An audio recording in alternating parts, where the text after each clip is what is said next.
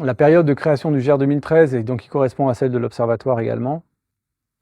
était une période donc de découverte de ce territoire métropolitain,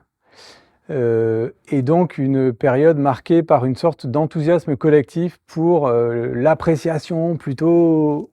positive, quoi, l'espèce d'éloge de ces territoires meurtris, de coulisses, abîmés, usagés, comme on disait, et de dire, mais si, regardez, c'est beau, c'est des territoires blessés, abîmés, mais pleins de ressources, et en fait, si, c'est beau. Et donc, ça nous a beaucoup occupé, ce si, c'est beau quand même. C'était vraiment notre grande activité à l'époque. Ce qui était une posture un tout petit peu contemplative, c'est-à-dire on n'était pas là pour voir comment faire projet tellement dans ce territoire, on était là pour ajuster nos regards. C'était une sorte d'entreprise du regard. On essayait de se dire comment est-ce que je pourrais regarder ce territoire pour que j'en apprécie la beauté. Et donc qu'est-ce que je dois changer en moi comme préjugés, comme idées toutes faites, comme attentes de pittoresque idiotes, etc. Donc il y avait cette espèce de travail sur nous-mêmes et sur nos cadres de regard. Alors vous les photographes, vous étiez déjà très armés là-dessus par votre culture photographique, Altered Landscape de 79 et tout ça. Mais c'était cette aventure qui nous animait beaucoup, qui était une aventure encore une fois contemplative plus que projet. Et c'est vrai que dans les années qui ont suivi, je ne sais pas si c'est votre cas à vous, mais moi, avec Paul-Hervé Laveissière et d'autres, on a été amenés de plus en plus à être gênés par cette attitude uniquement contemplative, et de plus en plus on ressentait le besoin de se dire, bon, ok, comment on va pas se contenter de faire une espèce d'état des lieux du désastre ou de la beauté désastreuse ou du beau désastre qu'est l'aménagement du territoire dans un contexte de société industrielle. Mais on peut pas ne pas s'empêcher de se dire comment ça pourrait être mieux, comment ça devrait être en réalité si on est dans une société écologique, à quoi pourrait ressembler une vie vraiment écologique lorsque nos enfants seront grands et seront eux-mêmes parents.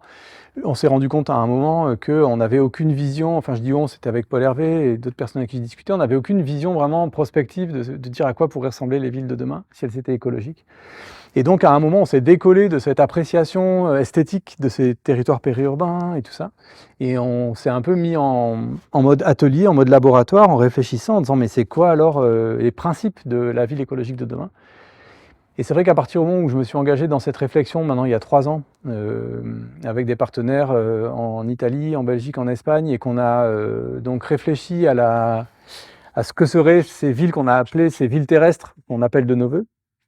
qui seraient donc marquées par la question non pas de la décarbonation, mais de la descente énergétique vraiment, c'est-à-dire des villes qui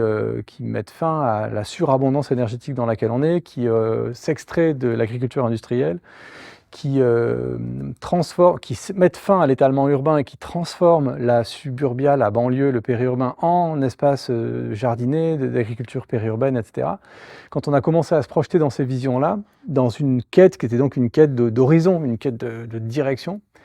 et bien à ce moment-là, la fréquentation des paysages qu'on a arpentés et photographiés à l'époque ensemble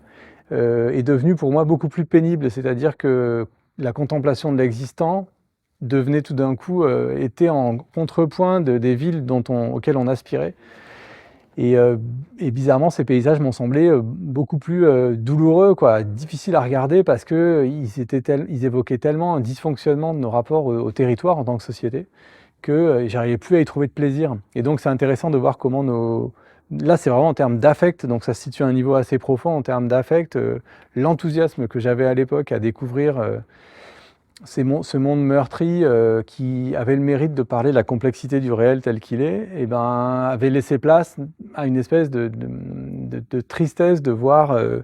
l'ampleur du dysfonctionnement. Et c'était pas un changement d'humeur personnelle, c'est vraiment un changement de perspective intellectuelle, de se dire, voilà, si on est orienté vers la mise en œuvre d'autres sociétés, ça devient compliqué de regarder ces paysages-là qui sont très marqués par les dysfonctionnements de notre monde.